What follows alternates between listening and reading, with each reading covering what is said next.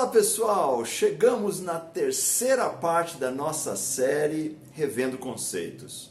Há 2 semanas atrás a gente falou sobre Deus e religião, semana passada falamos sobre felicidade e essa semana, hoje, a gente vai estar falando sobre cristianismo.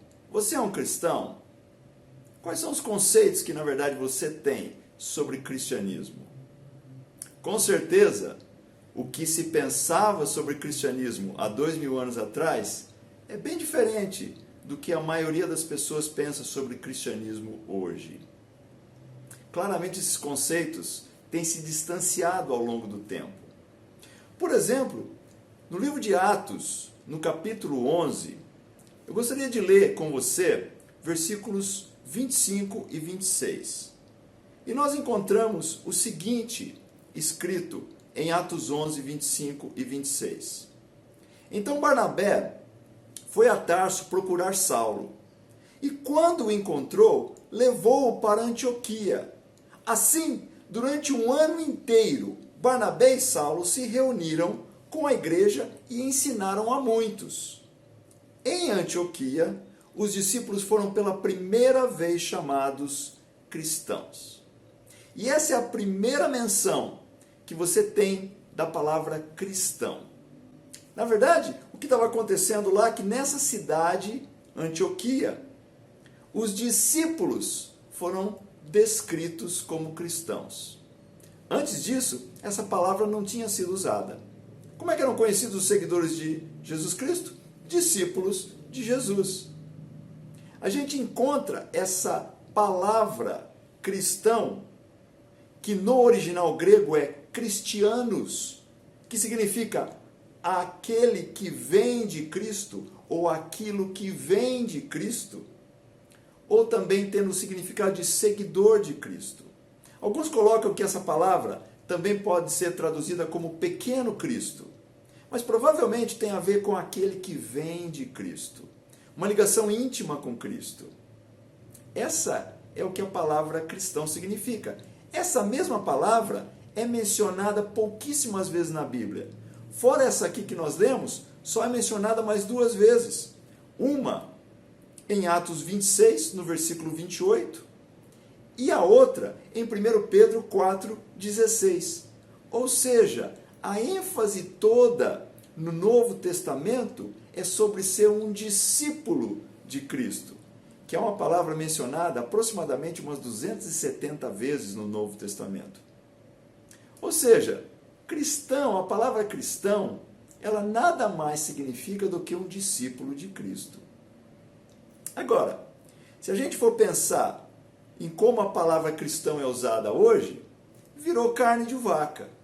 Quando eu falo carne de vaca, não é de uma maneira para insultar, mas é no fato de que, ok, eu não sou judeu, eu não sou muçulmano, eu não pertenço a uma crença afro, eu não sou budista e também eu não sou ateu. Então eu sou cristão. Dessa forma é como as pessoas muitas vezes entendem cristianismo. E alguns que se dizem cristãos, na verdade o que eles têm feito é, eles juntam ideias que eles gostam, que são de encontro ao que eles desejam, que Cristo mencionou. Então isso aqui eu pego do que Jesus falou. Mas eu também pego isso aqui do Espiritismo porque é bom para mim.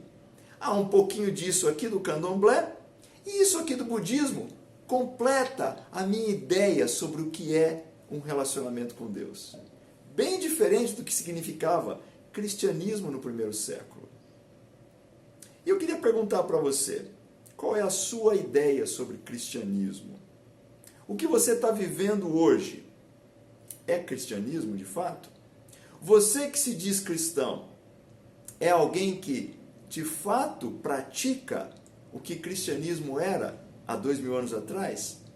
Na sua essência? Para muitos hoje, cristianismo é um sentimento. O que eu quero dizer com isso? Pessoas acham que o fato de você sentir Jesus no seu coração, puxa, quando eu estou louvando a Deus, eu sinto Jesus no coração. Isso faz de mim um cristão. Você encontra eventos incríveis acontecendo né? Você encontra, por exemplo, o Villa Mix Gospel. Olha que negócio legal, Villa Mix Gospel. Puxa, eu todo ano vou no Villa Mix Gospel, então eu devo ser um cristão. E eu acabo tendo uma visão bastante complexa, confusa do que é cristianismo. Será que as pessoas sentem cristianismo ou vivem cristianismo? A maioria das pessoas tem sentido cristianismo e acham que é aquele sentimento, aquela coisa que você sente quando você ouve uma canção que te inspira. Muitas vezes é isso que as pessoas têm colocado como cristianismo. Jesus nunca falou sobre sentimento. Ele nunca falou sobre sentir cristianismo. Você hoje sente cristianismo ou você vive cristianismo? Muitas pessoas, citando um exemplo, acreditam que são marxistas. Mas a grande pergunta que a gente poderia fazer para alguém que se chama de marxista é: como é que você vive a sua vida? Você tem um tipo de vida que é compatível com a ideia do marxismo? De você ter as suas coisas completamente divididas com outras pessoas? Você vive numa forma de uma sociedade, de uma forma onde você compartilha suas coisas com o outro? Ou é só algo intelectual? Ou é uma crença que você acha que seria boa de ser praticada, ainda que não se pratique? Eu falo sobre isso, mas é verdade. Eu posso ver quantos vídeos eu quiser sobre dieta e exercício, mas se eu não estiver praticando a dieta e o exercício, aqueles vídeos que eu estou vendo, aquele sentimento que eu tenho de que aquilo funcionaria, acaba não servindo para nada. Cristianismo para você hoje é um sentimento? É algo que você sente no coração quando você ouve uma determinada canção ou quando está num evento com algumas milhares de pessoas? Eu posso ouvir os melhores pregadores do mundo, mas se a minha vida não é uma amostra prática de cristianismo, será que isso vale para alguma coisa? Lucas capítulo 6, começando no versículo 46, Jesus fala algo nesse sentido. E ele diz, em Lucas 6, versículo 46, ele fala: por que vocês me chamam Senhor, Senhor, e não fazem o que eu digo? Eu mostrarei com quem se compara aquele que vem a mim, uma pessoa que aparentemente tinha interesse em Jesus, ouve as minhas palavras e as pratica. Está aí algo legal. Versículo 48, ele fala: é como um homem que ao construir uma casa, cavou fundo e colocou os alicerces na rocha. Quando veio a inundação, a torrente deu contra aquela casa, mas não a conseguiu abalar, porque estava bem construída. Versículo 49. Mas aquele que ouve as minhas palavras e não as pratica, é como um homem que construiu uma casa sobre o chão, sem alicerces. No momento em que a torrente deu contra aquela casa, ela caiu e sua destruição foi completa. Basicamente, Jesus está falando: olha, se você pratica cristianismo da forma como eu estou te ensinando, segundo as minhas palavras, você de fato está construindo algo. De fato, você vai receber os benefícios disso. Se você ouve o que eu estou ensinando, mas não pratica, o sentimento não vai fazer a diferença. As situações difíceis vão vir na vida. E se a casa não foi construída numa base firme, a tempestade vai derrubar isso. Então, aparentemente, o cristianismo não é um sentimento. Mas será que ela é um entendimento? Será que entendimento, então, eu entender intelectualmente as coisas, será que então isso seria cristianismo? que Jesus pediu? Foi o que ele pediu que entendêssemos isso? Um pouquinho adiante, em Lucas 13, Jesus conta uma história. Ele estava vivendo uma história muito interessante. E essa história começa no versículo 1 do capítulo 13 de Lucas. Ele diz: naquela ocasião, em determinado momento lá, alguns dos que estavam presentes contaram a Jesus que Pilatos misturara o sangue de alguns galileus com os sacrifícios deles. Então, aparentemente, algumas pessoas estavam levando alguns sacrifícios. E Jesus disse o seguinte: Jesus respondeu: vocês pensam que esses galileus eram mais pecadores que todos os outros por terem sofrido dessa maneira? Eu digo não. Então, aparentemente, o que aconteceu foi que alguma coisa aconteceu, uma torre, provavelmente foi o que aconteceu, que caiu, a gente vai ver um pouquinho mais adiante, e feriu e matou essas pessoas. E alguns estavam dizendo que a razão que eles tinham sido mortos é porque eles estavam oferecendo algum sacrifício que não deveriam oferecer. E isso foi uma punição de Deus. Versículo 3, Jesus diz: digo que não, mas se não se arrependerem, todos vocês também perecerão. Versículo 4, ou vocês pensam que aqueles 18 que morreram, então aqui a gente está vendo que eram 18 pessoas, que morreram quando caiu sobre eles a torre de Siloé, eram mais culpados do que todos os outros habitantes de Jerusalém? Eu digo não. Mas se não se arrependerem, todos vocês também perecerão. Jesus estava dizendo aqui, olha, aconteceu algo ruim ali. Mas você se engana quando você acha que foi um sacrifício que eles ofereceram que não agradou a Deus e os fez ser punidos.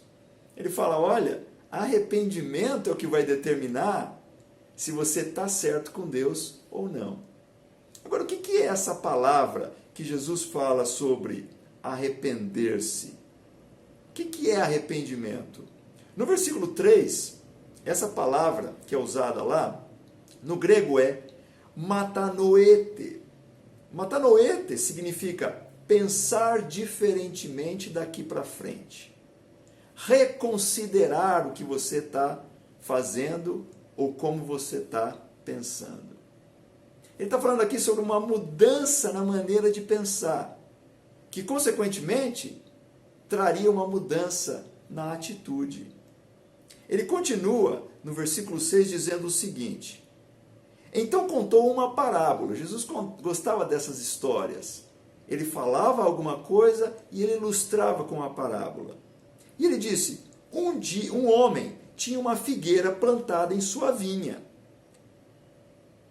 Foi procurar fruto nela e não achou nenhum. Por isso disse ao que cuidava da vinha, já faz 3 anos que venho procurar fruto nesta figueira e não acho. Corte-a. Por que deixá-la inutilizar a terra? Respondeu o homem, Senhor, deixa por mais 1 ano e eu cavarei ao redor dela e a adubarei. Se der fruto no ano que vem, muito bem, se não, corte-a.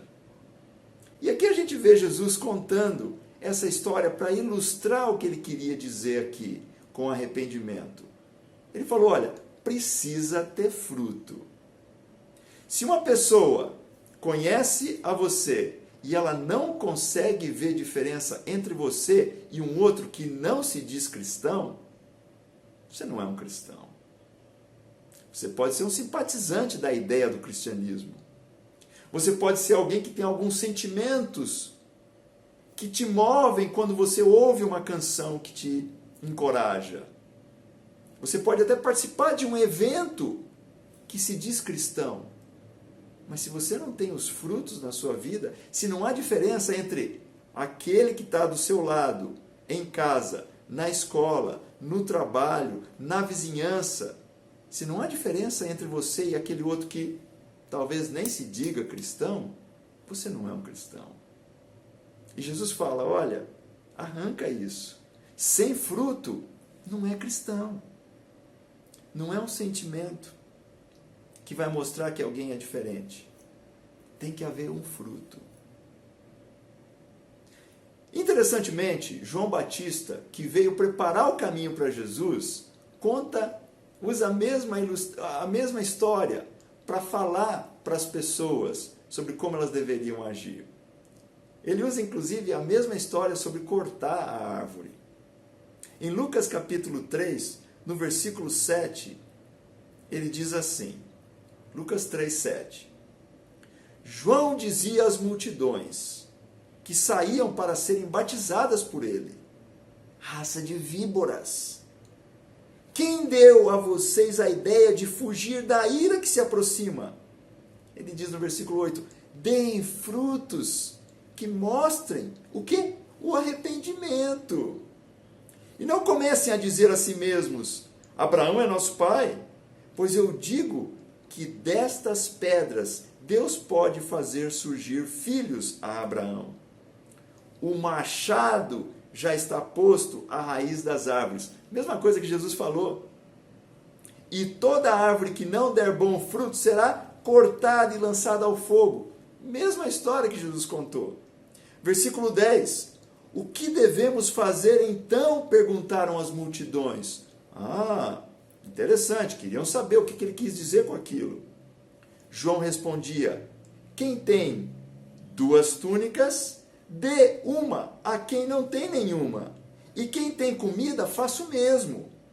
Alguns publicanos também vieram para ser batizados. Publicanos eram conhecidos por meter a mão nos impostos a mais que eles cobravam dos judeus.